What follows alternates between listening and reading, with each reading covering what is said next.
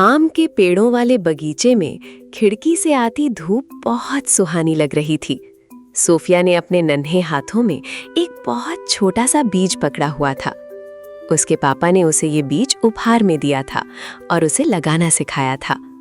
Sophia अपनी चमकीली पीली टी-शर्ट पहने हुए बहुत उत्साहित और खुश दिख रही थी।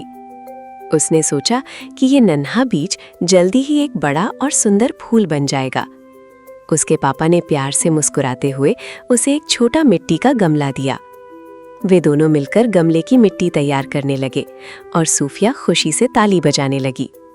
ये एक बहुत ही खास और प्यारा दिन था जब उसने बागवानी शुरू की। सोफिया ने गमले की ठंडी और भूरी मिट्टी को अपने नन्हे हाथों से धीरे धीरे सहलाया। पापा ने उसे दिखाया कि मिट्टी के बीच में एक छोटा सा घर कैसे बनाना है। सोफिया ने उस गड्ढे में सावधानी से अपना बीज रख दिया और खुशी से झूमने लगी।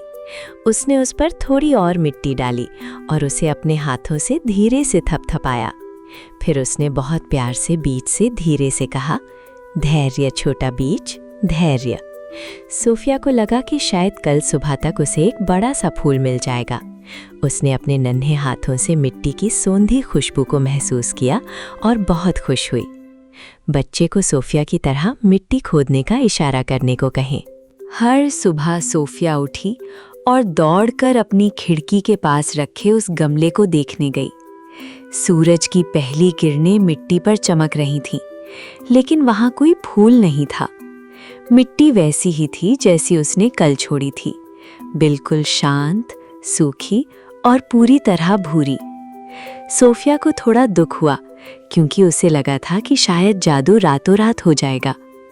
उसने अपनी पानी की बोतल उठाई और टप टप करके मिट्टी पर थोड़ा पानी डाला।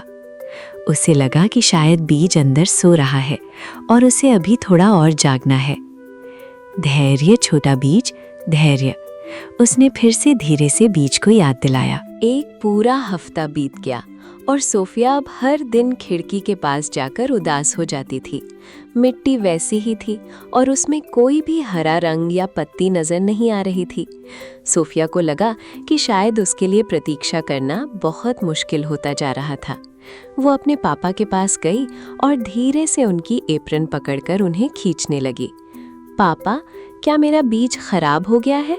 उसने बहुत ही धीमे और दुखी स्वर में पूछा। पापा ने सोफिया के कंधे पर हाथ रखा और उसे पास बिठाकर समझाया। उन्होंने कहा, सोफिया, अच्छी चीजें धीरे धीरे बढ़ती हैं। उन्होंने उसे बताया कि बीज अंदर जड़ें फैला रहा है। सोफिया ने अपनी आंखें बंद की और सोचने लगी कि मिट्टी के नीचे क्या चल रहा होगा। उसने कल्पना की कि बीज के अंदर से एक नन्हा सा हाथ जैसा अंकुर निकल रहा है। मिट्टी वैसी ही थी, लेकिन वो नन्हा हाथ धीरे धीरे ऊपर की ओर बढ़ रहा था। उसे लगा जैसे वो अंकुर सूरज को हेलो कहने की कोशिश कर रहा हो।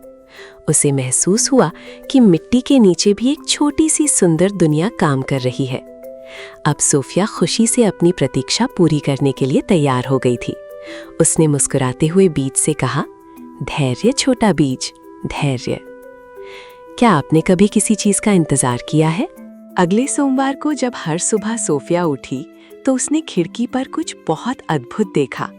मिट्टी के बीच से एक बहुत ही छोटा और कोमल हरा अंकुर बाहर झांक रहा था। सोफिया की आंखें खुशी से बड़ी हो गईं और उसने धीरे से अपनी हथेलियां बजाईं। वो नन्हा अंकुर इतना प्यारा था कि सोफिया उसे बस एक तक देखती ही रह गई। वो तुरंत दौड़कर अपने पापा को बुलाने गई ताकि वे भी ये छोटा चमत्कार देख सकें। देखो पापा, मेरा अंकुर आ गया, वो बहुत ही खुशी और बड़े उत्साह के साथ चिल्लाई। पापा ने भी उसे देखकर एक बड़ी और प्यारी मुस्कान दी। अब सोफिया